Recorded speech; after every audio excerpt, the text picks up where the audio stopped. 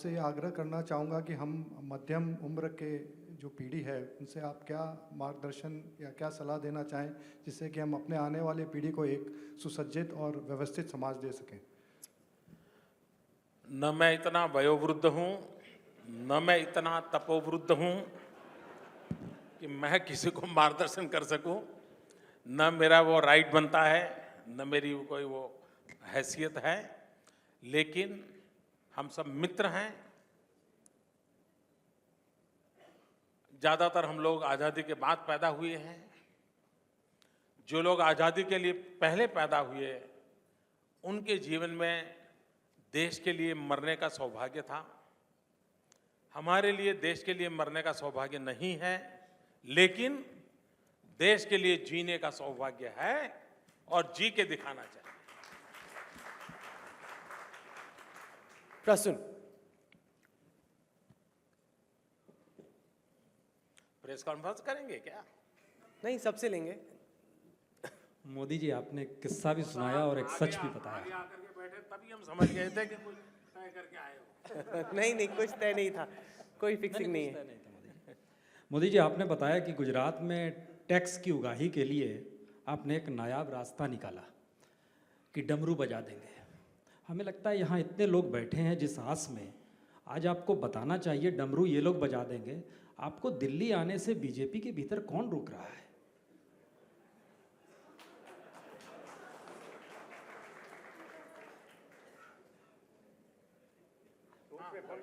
नहीं, मैं सोच में नहीं पड़ रहा। सवाल पूरा हो गया? नहीं, मतलब हम लोग सवाल करते हैं तो शेर वाला भाई, किस्सा। मैं दिल्ली में बैठा हूं, देखो तो। अगर किसी ने रोका होता तो कैसे बैठता? ये दिल्ली है भाई, मैप पे दिखाओ प्रसंग को। मैं दिल्ली में हूं, मुझे किसी ने नहीं रोका। मोदी जी, एक सप्लीमेंट्री है इसमें कि अच्छा। दरअसल आपने किस्सा इसमें मैंने कहा कि वही अटक गए क्या? हम लोग अक्सर पूछते हैं कि बीजेपी के अध्यक्ष से पूछते हैं या तमाम पार्टी के नेताओं से पूछते हैं कि मोदी जी का क्या होगा। वो शेर के जिस तरह से लाइसेंस दिखाया गया था, शेर को जो आपने किस्सा सुनाया, उसी तरीके से हमें बोल देते हैं संसदीय बोर्ड तय करेगा, वो लाइसेंस दिखा देते हैं। आप क्या उस लाइसेंस के लिए रुके हुए हैं? क्या है मसला? क्या आपको इस बात की खुशी नहीं होनी चाहिए कि इस देश में एक पॉलिटिकल पार्टी है जिसका अपना कॉन्स्टिट्यूशन है, ऑर्गेनाइजेशन सेटअप है, निर्णय की प्रक्रियाएं हैं, और इतने सारे माहौल के बीच भी अपने सारे रूल्स एंड रेगुलेशन का पालन करते हुए डेमोक्रेटिक वे में एक पार्टी चल रही है? यह आनंद का विषय नहीं है?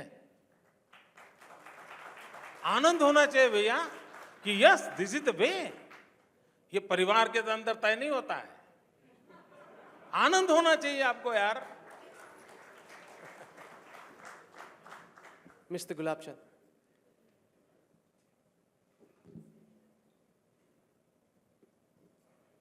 अजीत गुलाब चंद। नरेंद्र भाई, आपने आज एक विकास के बारे में सब कहा, मगर एशिया पैसिफिक खंड में दो नई पावर्स खड़ी हुई है, एक चीन, एक भारत।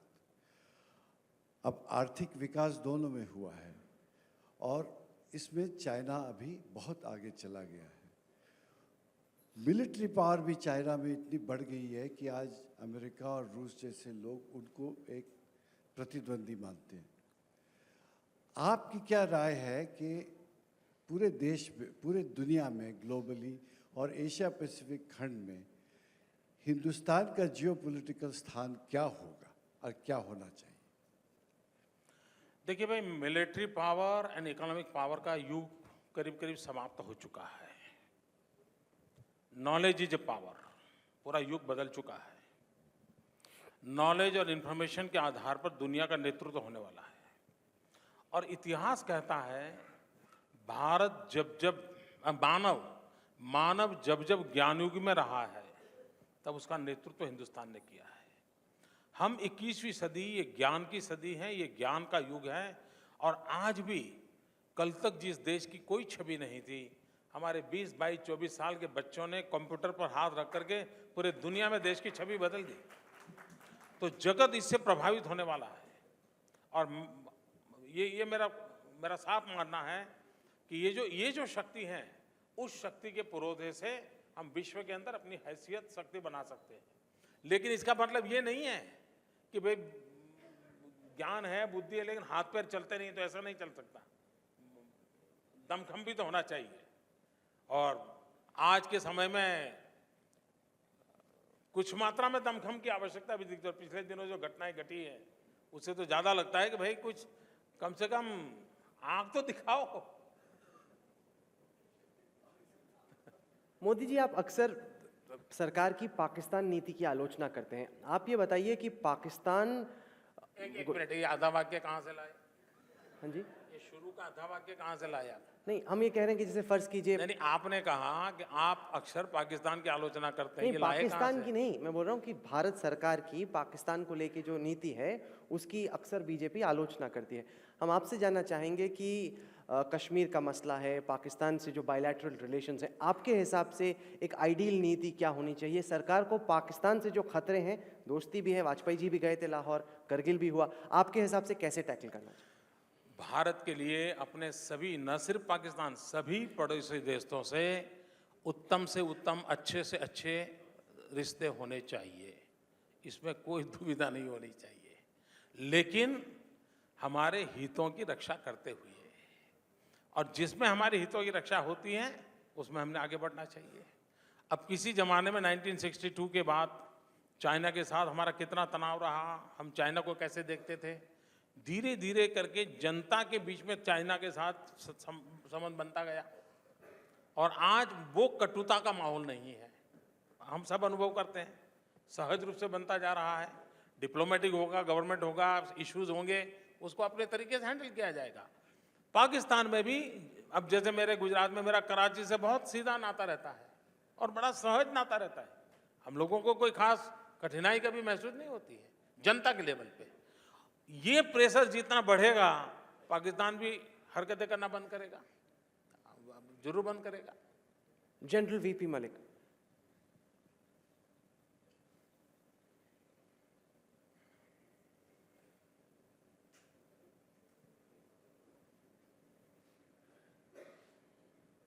मोदी जी, आपने तो थोड़ी देर पहले बोला कि मिलिट्री की आवश्यकता है, जो साथी हैं सबको आप तो नौकरी से बाहर निकाल देंगे, लेकिन आप भी जानते हैं, मैं भी जानता हूं कि जब तक नेशनल सिक्योरिटी की प्रॉब्लम होती है तब तक हमको मिलिट्री को रखना पड़ता है।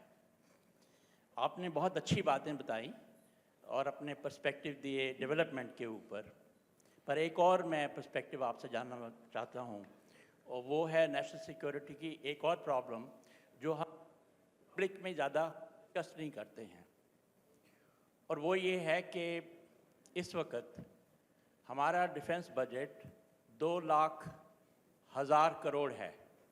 मुझे मालूम नहीं कितने ज़ीरो पड़ते हैं, लेकिन बहुत ज़्यादा है, और उसका ज़्यादा हिस्सा जो है हम बाहर भेजते हैं क्योंकि हमको अपने हथियार बाहर से इंपोर्ट करने पड़ते हैं।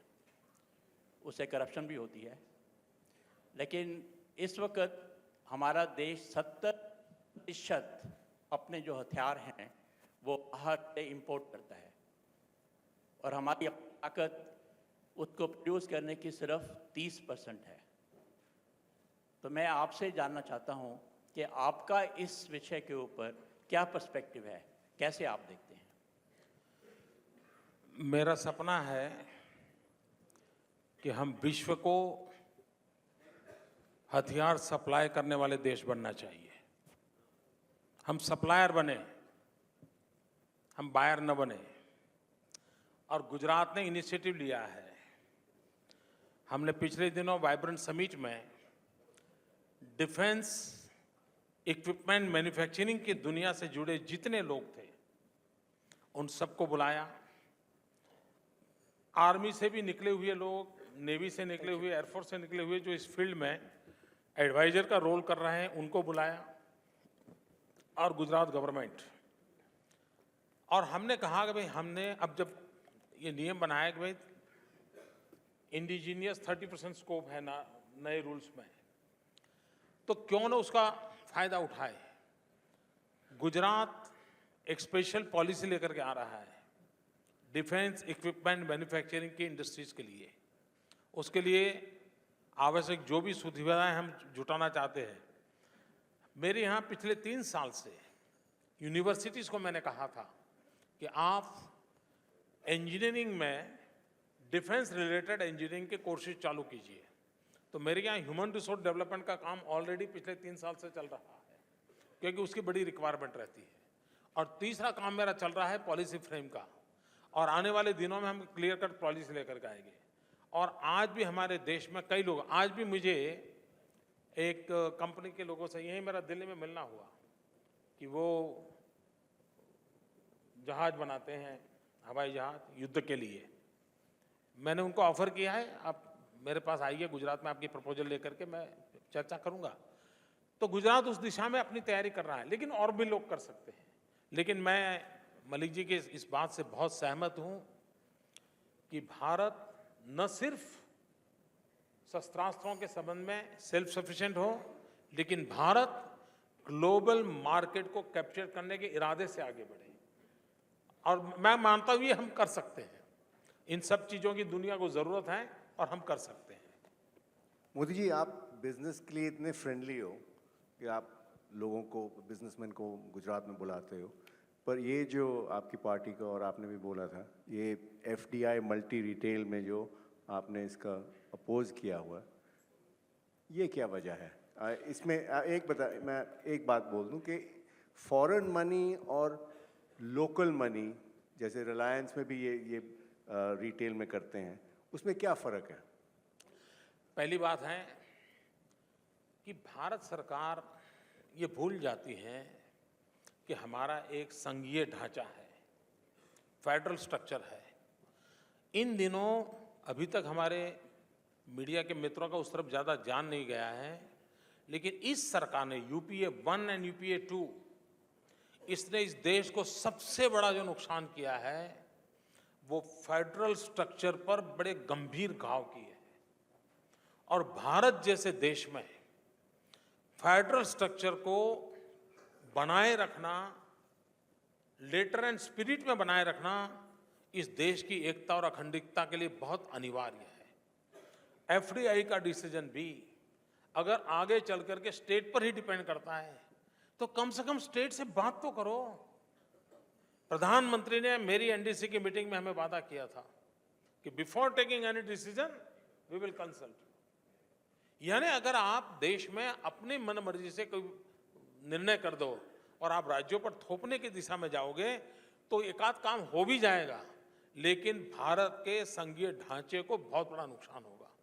ये उस प्रकार के निर्णय हो रहे हैं, और इसलिए पहली मांग है कि वे कंसल्टेशन करने की आदत बनाएं, कन्विंस करने का प्रयास करें, हो सके उतनों को लोग साथ लेकर के चलें, तब जाकर के निर्णय करें। वो सारी परंपरा खत्म हो गई है, और इसलिए कभी कभार उनका कोई अच्छा निर्णय होगा तो भी इसके कारण परेशान होता है। आपको विश्वास में लेना पड़ेगा, और विश्वास। दूसरी बात है, FDI को हम इस रूप में न देखें, रिटेल FDI को, कि सिर्फ वो छोटे छोटे व्यापारियों से जुड़ा प्रश्न है कि भाई व्यापारियों की दुकान बंद हो जाएगी। ये सोच ठीक नहीं है। इस प्रकार का डंपिंग होगा दुनिया भर से ब्रांडेड माल का, तो आपके सबसे बड़ा नुकसान होने वाला है मैन्युफैक्चरिंग सेक्टर को। और हमारे छोटे छोटे SMEs जो हैं, मान लीजिए एक अम्ब्रेला बनाने वाला छोटा व्यापारी है, वो 10,000 पीस बनाता है साल में, छोटा 6 लोगों को नौकरी देता है। अब कल दुनिया के बाजार से रिटेल का FDI वाला है, छातों का ढेर लगा देगा, वो 10,000 छाता बनाने वाली इंडस्ट्री बंद हो जाएगी, उसके यहाँ नौकरी करने वाले 25 लोग बेरोजगार हो जाएंगे। और इसलिए आपके मैन्युफैक्चरिंग सेक्टर को प्रोटेक्ट करने की व्यवस्था होनी चाहिए, और वो भी छोटे मैन्युफैक्चरर्स को। वो अगर आप करते हो, और इसलिए आप पहले खिड़की खोलो, थोड़ा उसको उसके साथ टॉप अप करो, फिर जरूरत पड़े तो आधा दरवाजा खोलो, उसके बाद फिर बड़ा दरवाजा खोलो। एक बार देखो तो सही हिंदुस्तान कैसे कर रहा है। इतने बड़े देश में अचानक ऐसे इतनी बड़ी शख्सियत और शक्तियों को अब थोप दोगे तो स्थिति क्या बनेगी? और इसके जवाब अब तक भारत सरकार नहीं दे पाई है। और उनके निर्णय करने के बाद भी आज धरती पर क्या नजर आ रहा है? कुछ नहीं हो रहा है। किया निर्णय उन्होंने, तो स्टेट्स पे छोड़ दिया, पर ये तो वही तो मैं कह रहा हूं, जब आपको स्टेट पे छोड़ना था तो निर्णय भी तो स्टेट पे छोड़ना चाहिए था। आप निर्णय खुद कर लेते हो और इम्प्लीमेंटेशन स्टेट पे छोड़ते हो। पर ये तो एनडीए की पहले प्रपोजल थी मल्टी ब्रांड रिटेल की, पहले भी एनडीए ने तो वो पलट गए अभी। Issue is not with NDA और यूपीए। हाँ जी, सवाल है फेडरल स्ट्रक्चर में जिसको करना है उसको तो साथ लो भाई, उसके साथ बात तो करो। आपका मतलब प्रिंसिपल के कंसल्टेशन नहीं की, पर आप इसके बारे में सोच सकते हो। मैंने 2 कारण भी बताए और 2 कारण है जिसको प्रोटेक्ट करना हमारे यहाँ हमारी सब प्रायोरिटी होनी चाहिए। नंबर 1, रोजगारी को कोई धक्का नहीं लगना चाहिए। हमारा नौजवान बेरोजगार नहीं होना चाहिए। मैन्युफैक्चरिंग सेक्टर का छोटा व्यापारी जो होता है, छोटा बिजनेसमैन होता है, छोटा इंडस्ट्रियलिस्ट होता है, उसको कोई नुकसान नहीं होना चाहिए। इस सारे कोई प्रबंध इस पूरे विषय में नहीं है। तो कंज्यूमर इसमें बेनिफिट करेगा, जो आपका चाहता है वो आधे प्राइस में आप सिर्फ कंज्यूमर की बात बता रहे हैं, औरों की बात बता नहीं रहे हैं। यानी जो भारत सरकार बता रही है वो औरों की बात नहीं बता रही है। मैं उस एरिया पे चर्चा कर रहा हूं कि जिसके प्रोटेक्शन के लिए कोई व्यवस्था नहीं है। मैं दूसरी डायरेक्शन में लेता हूँ जी प्लीज। आपने एनआरआई के चैट में अपना एक नया डेफिनेशन किया सेक्युलरिज्म का। India first and foremost country is above all religions and ideologies. इसका मतलब क्या है कि माइनॉरिटीज़ को कोई प्रोटेक्शन की ज़रूरत नहीं है, कोई इसमें मतलब बड़ा जनरल सा स्टेटमेंट है ये। इस देश के हर एक नागरिक को प्रोटेक्शन की जरूरत है, फिर क्या बचा? तो सेक्युलरिज्म क्या है फिर? आ गया ना, आ गया कि नहीं आ गया? इस देश के हर एक नागरिक को प्रोटेक्शन की जरूरत है, फिर कहां फर्क पड़ता है कि इसको मिला कि इसको नहीं मिले? सबको मिलना चाहिए। ये जो तराजू बना दिए गए हैं वो वोट बैंक पॉलिटिक्स है। और इसलिए मैं कहता हूं आप जो भी निर्णय करें वो हिंदुस्तान की भलाई के लिए हो, बेनिफिशियरी कोई भी हो, देश का भला होगा। निर्णय ऐसे करो ना, क्यों नहीं करते हो? ओके। और मैं 12 साल से गुजरात में मैं डिस्क्रिमिनेशन का एक इश्यू मेरे सामने नहीं, एक नहीं, नॉट अ सिंगल। हमारा काम है सबकी भलाई हो, लेकिन जरूरी है क्या इसका नाम दे करके उसको उकसा करके उससे फायदा उठाओ, इस जाति को भड़काओ, उस जाति को भड़काओ, फलाने को भड़काओ, दिखने को भड़काओ? अरे भाई गरीब गरीब है, हर एक का भला करो, हर एक की चिंता करो।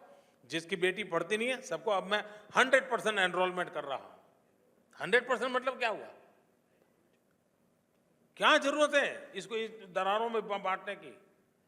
क्यों एक भी बच्चा क्यों पढ़ाई के बिना रह जाना चाहिए? इसकी पीड़ा होनी चाहिए भाई। तो ये माहौल बदलने की आवश्यकता है। ओके, साहिल जोशी। मोदी जी, आपने जो फिल्म दिखाई उसमें आपने गुजरात के डेवलपमेंट की बात की। आप पिछले करीब 12 साल से मुख्यमंत्री है गुजरात के, लेकिन आपकी सरकार जो थी वो एक पार्टी की सरकार थी और पूर्ण बहुमत आपके पास था। क्या आपको लगता है कि जिस तरीके से देश में कोalition पॉलिटिक्स है, क्या आपकी सरकार अगर कोalition सरकार होती तो क्या इसी तरीके से डेवलपमेंट आप कर सकते थे? और दूसरा सवाल ये कि जिस तरीके से केंद्र में हम देखते हैं कि केंद्र में एक पार्टी की सरकार आना काफ़ी मुश्किल है, तो अगर कोalition की सरकार होती है या अलायंस की सरकार होती है तो क्या आप इस तरीके का ग्रोथ मॉडल देश में भी लागू कर पाएंगे? देखिए भैया, कुछ करने के लिए कोalition इज ए प्रॉब्लम, ये जो व्याख्या की गई है इन दिनों, ये अपने साथियों के साथ अन्याय है। कोई मुझे बताएं कि इस वर्तमान सरकार ने कुछ अच्छा करने का निर्णय किया हो और कोएलिशन पार्टनरों ने परेशानी पैदा की और उसके कारण नहीं हुआ, ऐसा कुछ है क्या? ऐसा नहीं है। और इसलिए मित्रों, अगर आपका इरादा नेक हो और आप लोगों की भलाई करना चाहते हो तो मैं नहीं मानता हूं कि आपके कोई साथी पक्ष आपको छोड़ करके नहीं, ये अच्छा काम नहीं करने देंगे, ऐसा कुछ नहीं करेंगे। आज देश को समस्या करने के कारण कम है, न करने के कारण ज्यादा है। संदीप बामसे।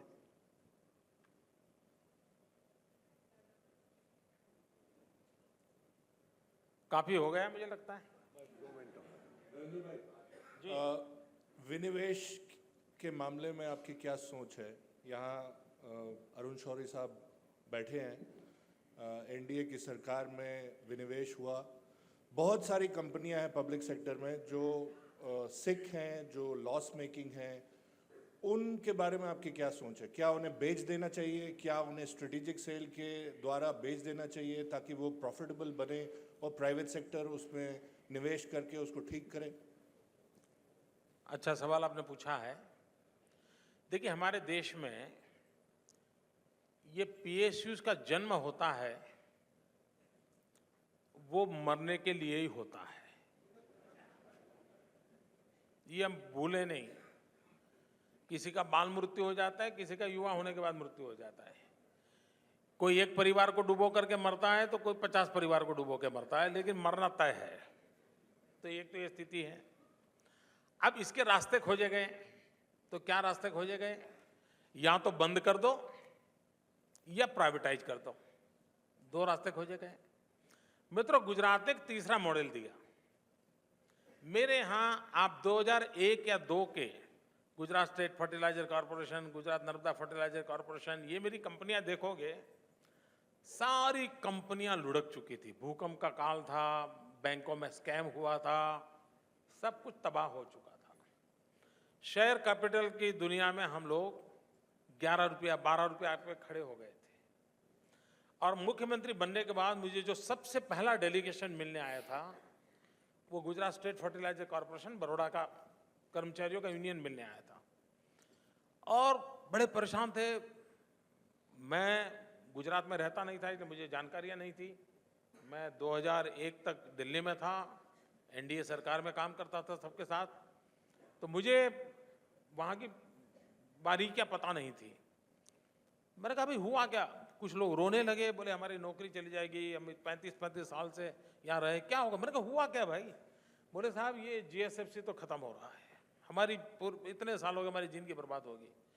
मैंने कहा आप चिंता मत कीजिए, मुझे 1 हफ्ता दीजिए। मैंने खुद ने स्टडी किया, स्टडी करके कुछ मैंने परिवर्तन लाए। फिर मैंने सभी पीएसयूज का स्टडी किया, सब में परिवर्तन लाए। और मित्रों, मैंने एक नया मॉडल डेवलप किया। नया मॉडल ये डेवलप किया कि गवर्नमेंट पीएसयूज को एक रास्ता था बंद कर दो, दूसरा रास्ता था बेच दो, तीसरा रास्ता मैंने लाया, उसमें प्रोफेशनलिज्म लाओ, टेक्नोलॉजिकल अपग्रेडेशन लाओ, लीकेजेज बंद करो, इस दिशा में ले जाओ। उसको मैंने कोशिश की और आज परिणाम ये है कि हमारे पीएसयूज के शेयर मार्केट में हाईएस्ट रेट पर हम चल रहे हैं जी। हाईएस्ट प्रॉफिट इसी 10 वर्ष में हमारे पीएसयूज ने किया है। तो हमने एक सिद्ध करके दिया है। लेकिन एज ए फिलोसॉफी मेरा मत है, government has no business to do a business. ये काम ही नहीं है जी, ये सरकार का काम है सब करना। लेकिन बिगड़ा है तो उसको ठीक करने के लिए मैंने चिंता की। जैसे मैंने अभी रेलवे का बताया, रेलवे का जो मैंने बताया वो इन्हें वे आपने जो सवाल पूछा उसी का है कि भाई आप पूरी रेलवे की पटरी मत दे दो, लेकिन कम से कम आप इस पटरी का मैक्सिमम उपयोग हो, उसके लिए तो आप प्राइवेट पार्टी को इनवाइट करो। और स्कोप है, ऐसा नहीं है कि इस चीजों को करने में कोई मुश्किल है। तो हमने एक मिली जुली व्यवस्था करनी चाहिए। लेकिन मेरा जरूर मत है जी, मुझे एक पुरानी घटना याद आती है। वाजपेयी जी नए पार्लियामेंट के मेंबर बने थे। पंडित नेहरू जी प्रधानमंत्री के नाते उनका बहुत बड़ा रुतबा था और ये अशोका होटल का उद्घाटन हुआ था, शायद वो सरकार ने बनाई थी। और प्रधानमंत्री ने बड़े गर्व के साथ जाकर के पार्लियामेंट में इसकी घोषणा की कि आज अच्छे समाचार हैं, मैंने ऐसा एक अपने देश को नाज हो ऐसा एक होटल का उद्घाटन किया है। और उस दिन अटल जी ने भाषण दिया था, बहुत छोटी आयु थी, नए पार्लियामेंट में आए थे और उन्होंने कहा था प्रधानमंत्री जी जो खुशखबरी आप सुना रहे हो ये मेरे लिए बड़े दुख की खबर है। काश अच्छा होता मेरे देश का प्रधानमंत्री ये आकर के कहता कि आज मैंने कोई अस्पताल का उद्घाटन किया है। देश को अस्पताल चाहिए कि होटल चाहिए? सरकार का काम अस्पताल बनाना है, होटल बनाना नहीं है। ये उस समय उस आयु में मेरी पार्टी के विचार थे। तो ये मैं मानता हूं कि हमारी प्रायोरिटी अलग होनी चाहिए। The gentleman at the back with the earphones, he's got his hand up for the longest time. Let's take his question, please. Thank you, Rahul. I was afraid there was only people whom you knew by name on the first row that would get to ask questions. Namaskar, Mr. Modi.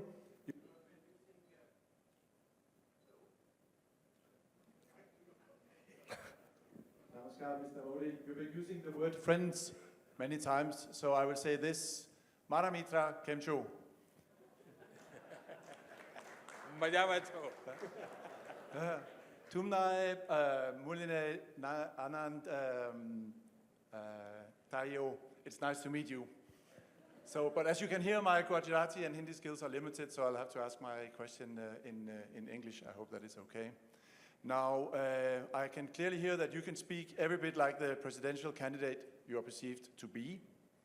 This nation, India, to be moved forward by you or by anybody else would need to be whole and healed. What would you do to ensure that going forward, India remains whole and becomes healed? वो जानना चाहते हैं कि जख्म जो हैं, जो भरे नहीं हैं, उन जख्मों को आप भरेंगे कैसे? कि एक है विकास की बात, जख्मों को कैसे भरेंगे आप? कि जो जख्म भरे हैं अभी भी, अगर आप आगे चल के देश को चलाना चाहते हैं, तो कई लोग हैं जो मानते हैं कि जख्म भरे नहीं, उन जख्मों को आप कैसे भरें? मैं समझता हूं कि ये परसेप्शन का सवाल है, और आपका जो परसेप्शन है मेरा परसेप्शन नहीं है।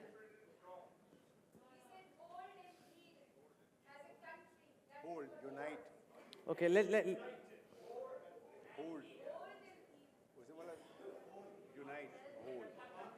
आप कैसे हील कैसे करेंगे, यूनाइट कैसे करेंगे देश को हील कैसे करेंगे, यूनाइट कैसे करेंगे, ताकि सब साथ में रहें, देश के जितने भी लोग हैं सब साथ में रहें?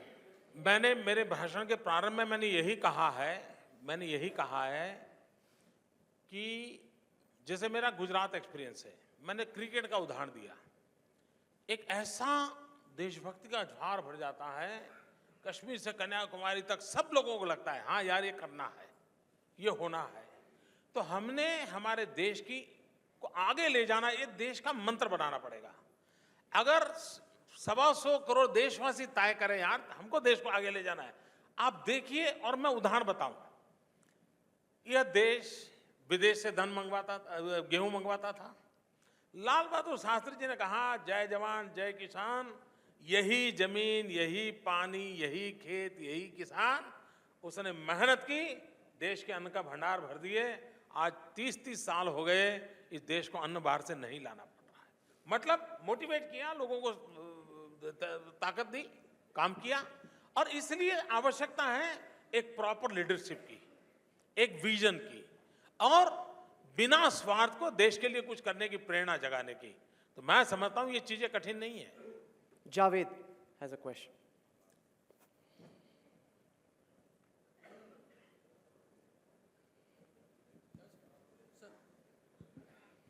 Modi ji, this is not the first time that you will be asked this question. You've often avoided answering it, so I'll try and rephrase it.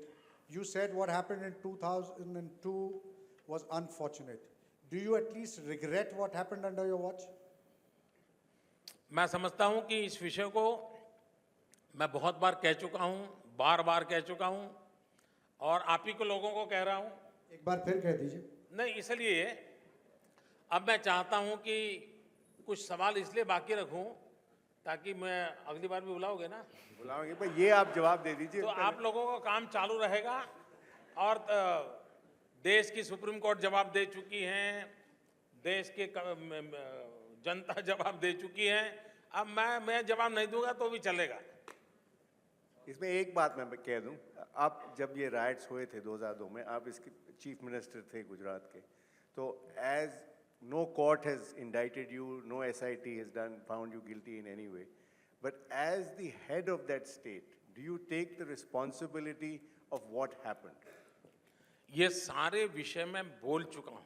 फिर बोल दीजिए ना। नहीं, आप निकालिए ना, सारे पुराने सारे डॉक्यूमेंट निकालिए, आपको सब मिल जाएगा। मैं यही कहता हूं ना, आपको सब मिल जाएगा, सब मिल जाएगा। Everything is available. और इंटरनेट पे जाइए, यहीं मैं बैठा हुआ, आप निकाल सकते हो। आप मैंने एक मिनट में आप बोल कीजिए दीजिए। ना, अच्छा होगा, क्योंकि वही रिकॉर्ड काम आएगा आपको, वही रिकॉर्ड का, क्योंकि जो रिकॉर्ड मैंने सुप्रीम कोर्ट के सामने कहा है वही रिकॉर्ड को आप उपयोग कीजिए। मैं कभी घबराया नहीं हूं, वरना आता नहीं इंडिया टुडे के कार्यक्रम में भैया। हाँ, और 50 बार आप लोगों के खेल देख चुका हूं तो भी आता हूं। Okay, last question. Okay, Gaurav has a question. Gaurav Bhatia.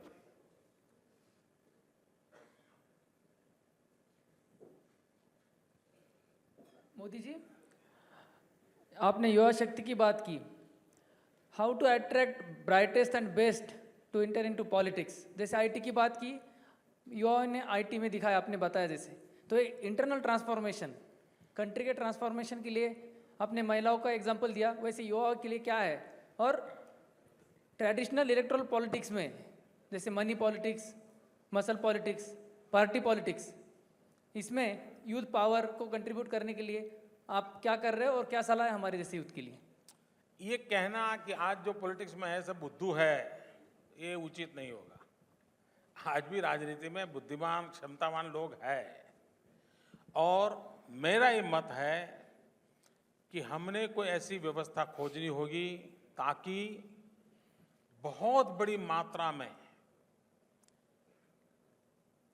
जो जिसका डीएनए भले पॉलिटिक्स ना हो, लेकिन जिसको लगता है कि इस फील्ड के माध्यम से मैं देश की सेवा कर सकता हूं, उनको एनकरेज करने का माहौल खड़ा हो, उनको अवसर मिले बहुत कम मात्रा में, और वो भी ज्यादातर जिसके पिताजी राजनीति में हैं उनके बेटे आते हैं।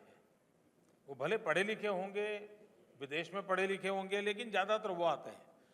समाज जीवन में से मेरा एक अनुभव बताता हूं। मैंने पिछले दिनों मेरे यहाँ पंचायतों के चुनाव हुए थे और मैंने ट्राइबल बेल्ट का देखा और मैंने शहरों का देखा। शहरों में जो लोग चुन करके आए थे उनका एजुकेशनल क्वालिफिकेशन कम था। ट्राइबल बेल्ट में मैंने देखा, पंचायत में सरपंच बना था, तहसील का पदाधिकारी बना था, most of them were graduate. मैं ट्राइबल की बात करता हूँ, गुजरात की। और जो महिलाएं जीत करके आई थी वो करीब करीब 10वीं 12वीं कक्षा की ट्राइबल महिलाएं थी। यानी एक बड़ी मेरे मन में आनंद और आशा का विश्वास बना था कि बदलाव आ रहा है। तो ग्रास रूट लेवल पर मैं देख रहा हूं कि काफी अच्छे पढ़े लिखे नौजवान राजनीति में बहुत बड़ी मात्रा में आ रहे हैं। ये मेरा एक्सपीरियंस है। मोदी जी, हाल ही में आपको वॉर्टन यूनिवर्सिटी ने इनवाइट किया था स्पीच देने के लिए वीडियो कॉन्फ्रेंसिंग के जरिए, लेकिन फिर एक बहुत ज़बरदस्त ऑनलाइन कैंपेन स्टार्ट हो गया कि नहीं, मोदी जी को नहीं आने देना है, उनको हम नहीं बोलने देंगे। सवाल ये उठता है कि क्या आपको ये चिंता है, जैसे आप अगले कुछ महीने में आगे बढ़ते हैं, कि नरेंद्र मोदी अभी भी कई लोगों के लिए एक डिविसिव फिगर है, एक यूनिफाइंग फिगर नहीं है? जितने लोग आपको पसंद करते हैं, आपके लिए तालियां बजाते हैं, उतने ही लोग आपसे खौफजदा भी रहते हैं, आपसे डरते भी हैं। उनको चिंता होती है अगर मोदी आ गया दिल्ली, न जाने क्या होगा। अभी भी आपको एक यूनिफाइंग फिगर के तौर पे नहीं देखा जाता, ऐसा आप क्यों मानते हैं? आपके हिसाब से ऐसा क्यों होता है? इसका एनालिसिस मैं तो नहीं कर सकता हूं, कोई और ही कर सकते हैं। मैं अपना एनालिसिस तो नहीं कर सकता हूं। क्या आप उसको लेकिन